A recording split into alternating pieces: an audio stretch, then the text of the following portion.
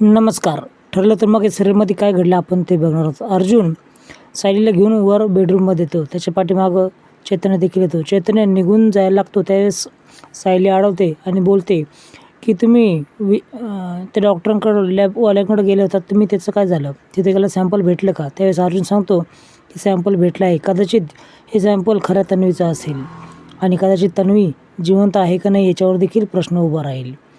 इकडे हा सचिन बँकेमध्ये जातो. बँकेला विचारतो की माझं अकाउंट फ्रीज काय डिनायचे सगळं ट्रान्झॅक्शन होत आहेत. त्यावेळेस तो मॅनेजरशी भेटा असं बोलतो.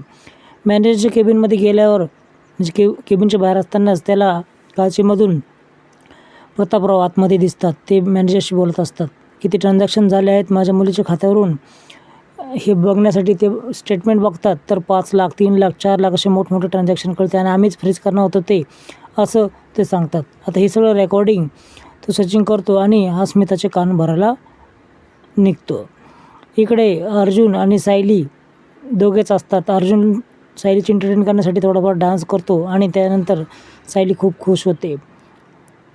इकडे कल्पना, अर्जुन, प्रतापराव आणि अश्विन जेवण करत असतात. त्यावेळेस अर्जुन प्रियाला विचारतो तुझा नेकलेस कुठे आहे? तो नेकलेस तो सरळ कल्पनाच्या हातामध्ये देतो आणि ती ते नेकलेस ओळखते. पूर्ण अजिन दिलेला असतो तो.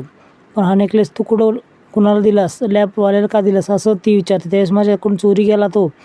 मी माझ्या मैत्रिणीला मदत करण्यासाठी गेले होते, पण तिथं मैत्रीण देण्या अगोदरच माझा तो चोरी गेला असं ती खोटं सांगते. इकडे सचिन अस्मिताचे चांगलेच कान भरतो आणि तुझ्या वडिलांनीच खातं फ्रीज केलं आहे, कदाचित मी तुम्हाला नको आहे असं तो बोलतो. थोडा इमोशनल ब्लॅकमेल करायला बघतो, पण अस्मिता त्याच्या जाळ्यामध्ये अलगद अडकते. अस्मिताला तो व्हिडिओ देखील दाखवतो. आता ती लगेचच प्रतापरावांना जाब विचारण्याच्या तयारीमध्ये असते. इकडे अर्जुन बोलतो की तो चोरी गेला आहे की तू दिला आहे याचं CCTV फुटेज आपण त्या डॉक्टरांकडे मागूयात का? खरं तर तिला त्यावेळेस खूप भीती वाटत असते, पण ती काहीतरी खोटं कारण सांगते आणि अश्विन तू मला पैसे मागितले तू दिले नाही म्हणून मी हा प्रयोग केला असं ती त्याला बोलते. अश्विन देखील तिच्यावर खूप चिडतो.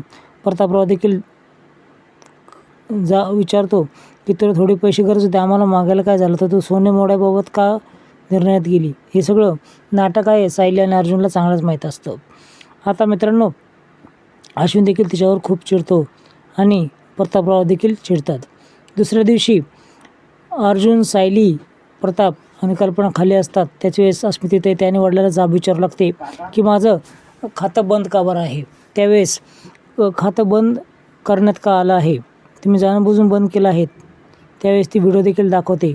प्रतापराव खूप चिडतो आणि बोलतो की तुला हा व्हिडिओ कोणी दिला? माझे भरपूर बिझनेस अकाउंट त्या बँकेमध्ये आहे. मी त्या बँकेच्या कारणासाठी गेलो होतो आणि त्याच्यातच तुझं काम देखील विचारणार होतो. त्यावेळेस चांगलाच तिच्यावर दणकून तो ओरडतो देखील आणि अस्मिता हे सर्व चुकीचं आहे असं ही कल्पना देखील बोलते. इथं प्रिया मैपत आणि नागराजला भेटायला येते आणि आठवड्याभर तुम्हाला सोडवते, पण त्याच्या आधी माझं एक काम करा. अर्जुन आणि सायलीची ती सुपारी देते.